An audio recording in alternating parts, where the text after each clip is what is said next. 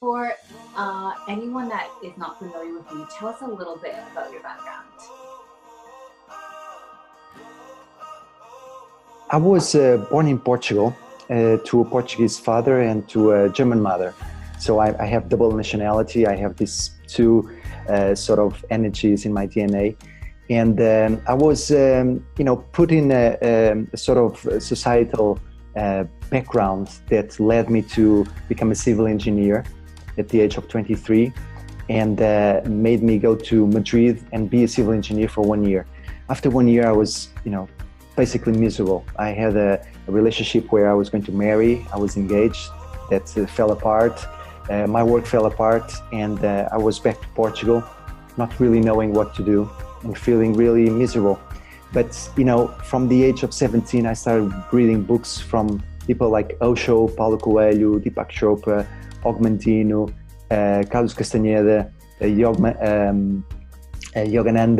And basically, I just got into the feeling that I had to go to India and spend there some time and, review all my life and really, take it as a sabbatical at the age of 24. It's not usual, but that's what I did. And after 1 year, I was still there in India, learning a lot of things about meditation, spirituality, breathing techniques, learning about Ayurvedic medicine, and so on and so forth. And I was really passionate to come back to Europe and start something new, totally new.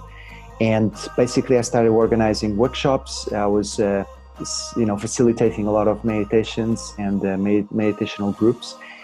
And I stood doing this work for about 13 years with also a twist of coaching, because I went to Tony Robbins workshops. I did the UPW and Date with Destiny in Palm Springs and New Jersey. And, it just brought a different sort of spectrum to the work that I was doing, which was more into spirituality.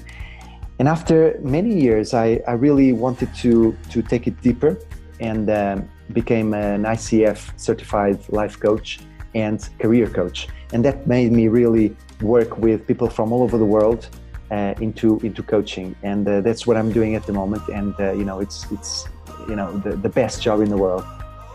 Yeah, absolutely.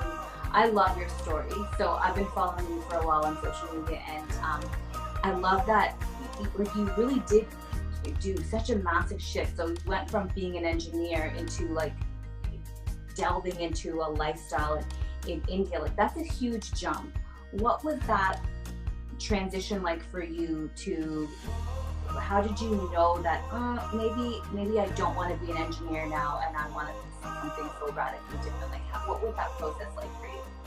Yeah, I mean, it was quite natural because at the age of 14, I started playing tennis, and I was semi-professional tennis player for many years, and I was even coaching. I took a professional coaching training. And so engineering was already not for me from the beginning. I was always into sports. I loved playing football, basketball, handball, and playing tennis was actually when I was on my third year of civil engineering. I had to make a conscious decision: am I going to pursue tennis and totally focus on it, or am I going to finish my course? And I actually decided to finish the course. It was more, to be honest, to fulfill my parents' expectations. And after that, I really committed myself to work as a civil engineer.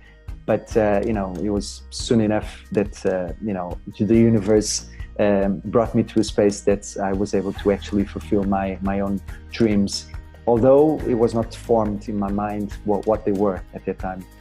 Yeah, that's incredible. So were you, because you said you were engaged and you were kind of had this whole direction for your life, and then you changed. So were you engaged when you decided to take that spiritual journey to India? No. It's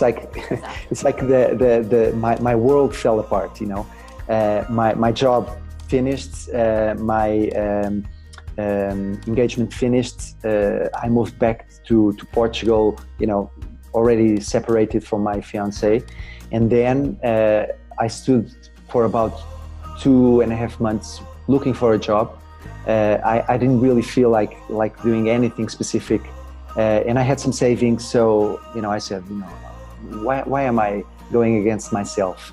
And I really focused on, booking that ticket. I went straight to a specific sort of ashram that exists in India, and I never looked back, basically.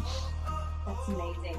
So for me, it's been one of my dreams to do something like really be in India for some time and really like immerse in the culture and learn a lot of like more things in depth. And I've been there, but I didn't have that immersive experience that you did. What were like some key takeaways? I know you were there for such a long time, so it's a really broad brush question, but what are some key life lessons that you pulled from that experience? Well, first of all, I was in a very, very international place, and I've met people from all over the world. So that opened up my sort of cultural awareness. So that was really one thing that I couldn't get in my little, although it's a little bit big Portuguese town, which is Lisbon. But the other thing is, there is this atmosphere, this spiritual atmosphere, and especially where I was, which was in the state of Maharashtra.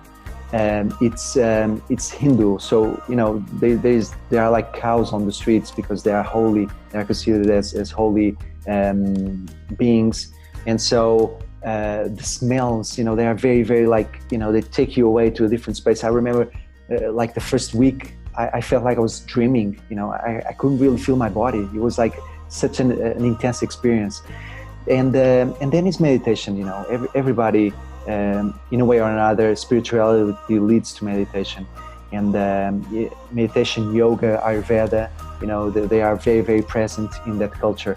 So, getting in touch with that meditational space was the first thing that I also immersed myself in. So that would be my answer to that question. So meditation is probably that key takeaway that now is part of your daily life, and that it's ingrained in you now. Okay. Exactly. Wow. Exactly.